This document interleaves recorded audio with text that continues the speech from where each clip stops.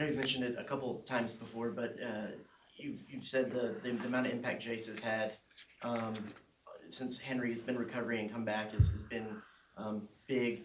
Uh, where do you feel like that has come from, the ability to step up, and also what do you think of the dunk when you watched it back? I was astonished at the dunk in real time and in watching it back.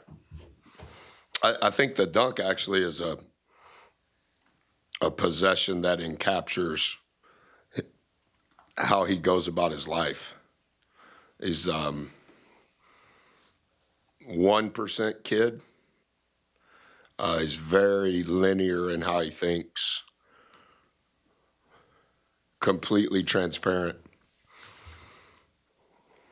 pure competitor, not for ego, not for selfishness. I would say a lot of that has to come from how he was raised. Obviously, he just got here, but in the interactions that I've had with his family, I have immense respect for who they are. He's just had traction from the very beginning. He wants to be coached. He does not want anything Pollyanna. He and I are connected the first time I saw him at the restaurant in Chicago. I never even called Jace. I never called him before the restaurant. I never called him after the restaurant. I never called him till he got here, actually, now that I think about it. Just real upfront. And I trusted him. I trusted him from the first time I shook his hand. Perfect eye contact, not scared, not timid, low ego, high self-confidence, smart, studies, prepared. He's the only player I've known that when he does shooting on his own, he listens to podcasts. So when he's in there working, I'm in my office, I'm just listening to the same podcast he listens to. It's just real mature. You know, that's we have a lot of mature kids.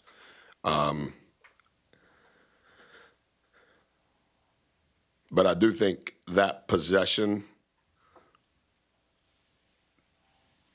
is evidence of kind of how that's how he goes about his work. You mentioned the restaurant y'all ate at was one of his favorites. What stood out to you about the place? I just asked. It was a soul food place. I said, "What? Just order for me." So he ordered for me.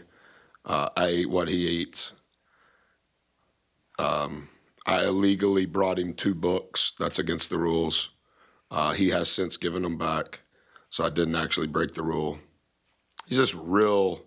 He's astute, but he doesn't really want you to know that. Great big heart. And any interaction with him, you can see that. I just think that it's hard in 2024 to find someone who competes for unselfish reasons, yet holds themselves accountable to being their best. That's a very delicate balance in the world of the portal, in the world of NIL. There's never been any conversations about anything other than what do I need to do and how can I do it better? And the people that do it better than me, can you show it to me? Can you teach it to me? Can you explain it? Has a lot of Wesley Matthews qualities. Real smart. You can tell him something, you don't have to ever tell him again. And then when you keep building on that, he can keep going with you. And he can take it to the floor immediately. He apologized for a potential unpredictable shot. The ATO immediately following it. Not when he sat down. He literally sprinted to me. Coach, I think that might have been unpredictable. I'm sorry. Literally, that's what he said in that game. And they were playing Florida the week before, and we rebounding effort. So every possession that every player plays on defense and offense relative to rebounding. So he's going to play 37 possessions on both sides, and his score is better than Andy's. And he is competing to get 100 on both sides. 37 out of 37, 37 out of 37. And we have a rule, depending upon who's in the game. This is a little too much, but if 4 drives it and is going to shoot a ball in the paint, depending upon who's in the game, we call Jace Dex. He's a Dex. He and H are Dex. It's all based on the ball, and it's all based on 4. If 4 is not in the game, it's based on boots.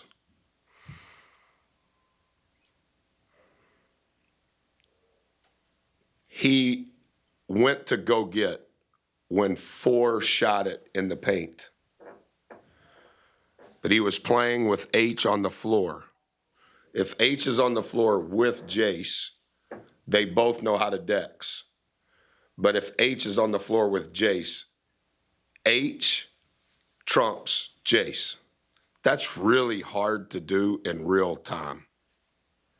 And he is screaming at the top of his lungs at me in transition, "Coach, I did right."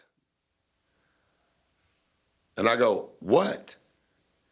He goes, "I was a go-get. H was supposed to be Dex. I did it right."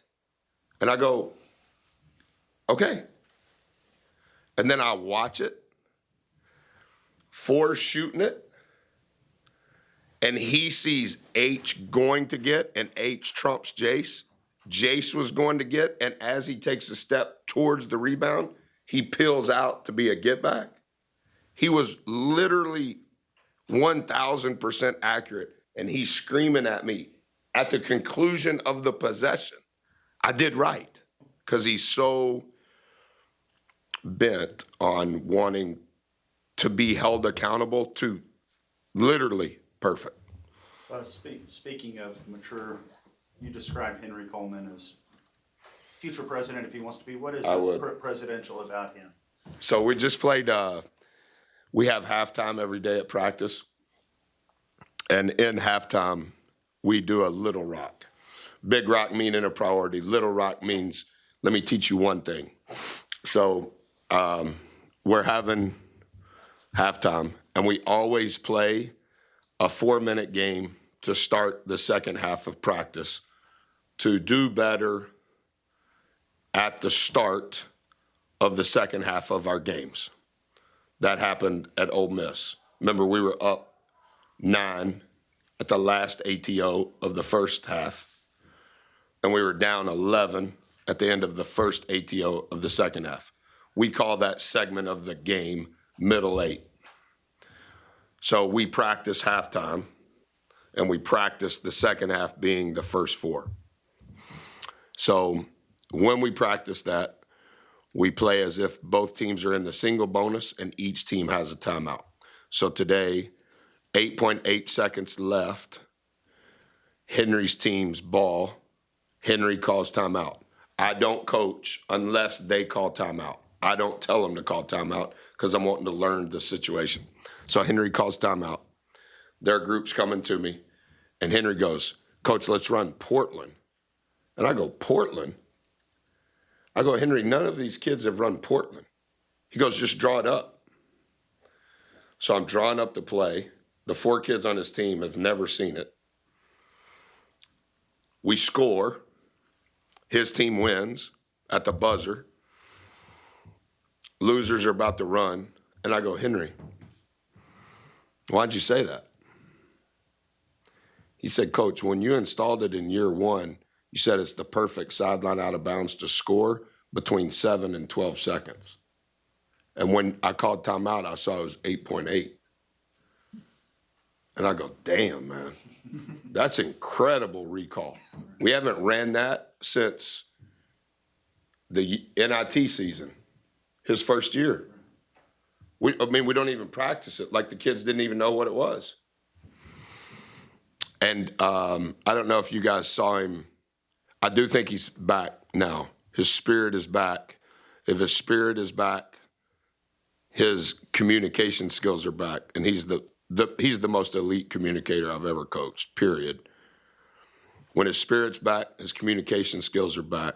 When he's talking, his feet are faster, which means his brain is faster, which means he's to the rim quicker than his opponent.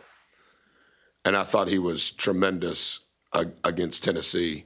But did you see like he and I text and share a lot of different things. And I do think whatever his future is, he will be that of a leader. So we share articles, podcasts, anything of the leadership genre. He loves football like I do. And so our conversations are more like what you would think our conversation should be. Like I never talk to him about ball, ever. But when we're in the midst of ball, he and I have phenomenal eye contact communication. Like he's telling me to sub him out after Four's free throw in the second half. He's on away from our bench on the bottom block. Coach, sub me out. All right, I sub Solo in. So I didn't think that there was a problem because I could tell by his body language there wasn't a problem. So he comes out. I go, hey, man, why'd you want me to sub you out? He goes, Coach, when you sub Solo in, now we get triangle set, and they can't just zoom it up. And I go, yeah. All right, next time we shoot a free throw, you sub back in. And then they just started doing it on their own. He thinks what's next at a very fast twitch way. Very fast. Coach, early in the season, Henry was getting double-doubles pretty consistently. And now if he's back to form, and you got Anderson playing the way he is on the boards, what does that do for you? I hope it makes us better, Olin. Yeah. Yeah. I mean, how much better can you be? I don't know. But those are the problems you want to have. That means you're going in the right direction. You got a road trip to Vanderbilt in between games against Tennessee and Alabama. How do you? They have the same value. You play 18, and they all have the same unit value. Yeah.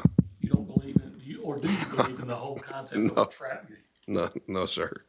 No. I think the message boards do. No, sir, I don't. So what do you know about Vanderbilt and what kind of obstacles are they going to pose for you? They have the most dense playbook in Division I history. I used to say that about Coach Christian when he was the head coach at Boston College.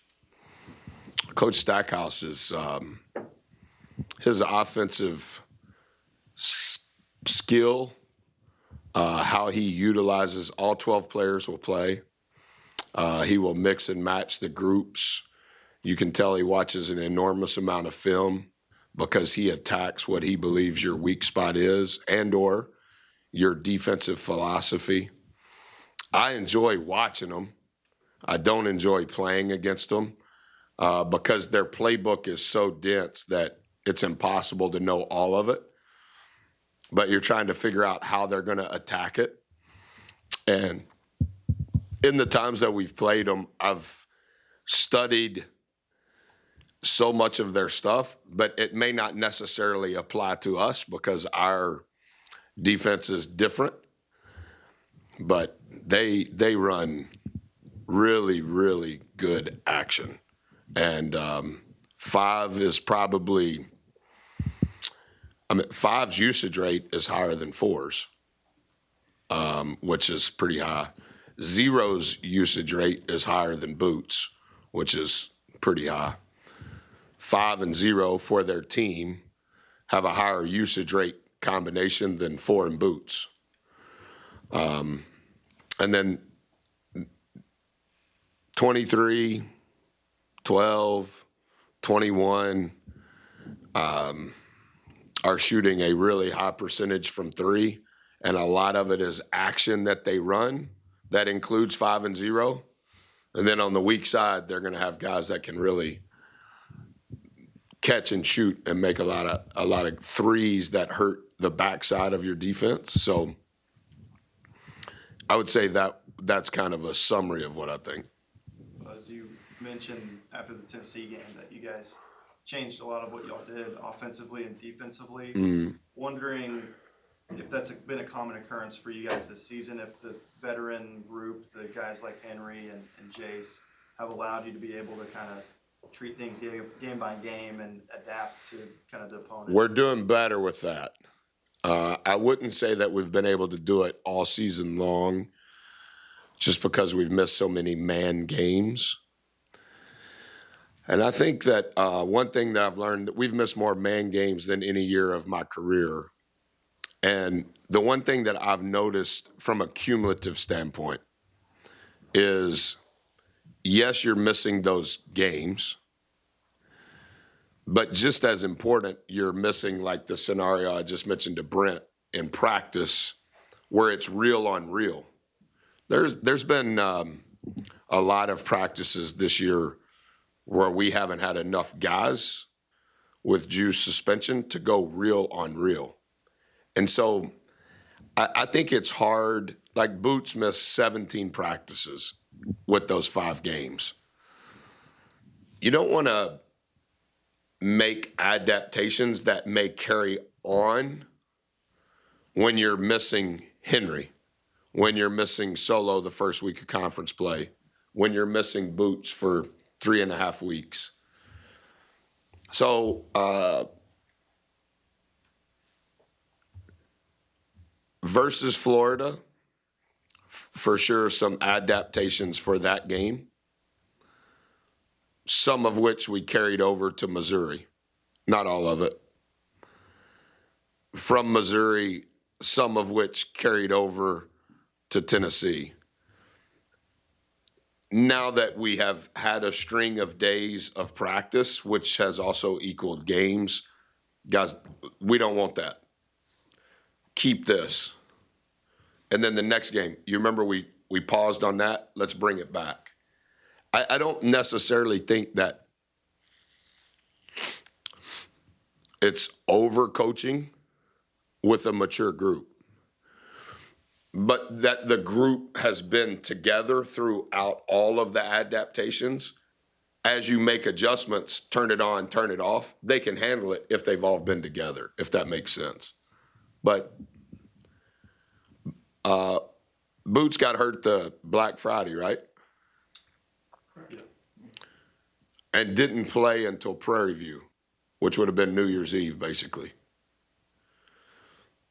I mean, that's a long time without a good player. And then Henry didn't play. Henry turned his ankle Black Friday, didn't play against Iowa State, came back at UVA, and then when he had the next injury, didn't play, and then didn't play at Arkansas, and then I played him spot minutes as a decoy at LSU, right? Yep. Who was after LSU? Ole Miss? Missouri. After at LSU was Missouri, and I didn't think he was he was still. I think 4 to 6 days ago is when Henry came back to life. Now, he was still playing, but he was still very timid, in my opinion. When you play a Vanderbilt team that doesn't foul a whole lot, I guess, how does that kind of change what you guys do? I know you guys want to stay consistent with drawing fouls, but do y'all have to be more creative with it? Yeah, and I think that they'll play, I anticipate they'll play a lot of zone just like Missouri did. Are they playing zone because we can't shoot? Maybe. I'm not coaching their team. Are they playing zone because it's best for their team? Are they playing zone because they don't want to guard you man? Are they playing zone because they don't want to foul? Like, there's a lot of reasons to play zone. And so if there was a pie, I would say 60% of the time they've been playing man and 20% one type of zone, 20% a different type of zone. So similar to Missouri, Missouri's unique in how they play on both sides of the ball. And Vanderbilt has uniqueness to how they play. It's just a different type of unique. All right, anything else? All right, wrap.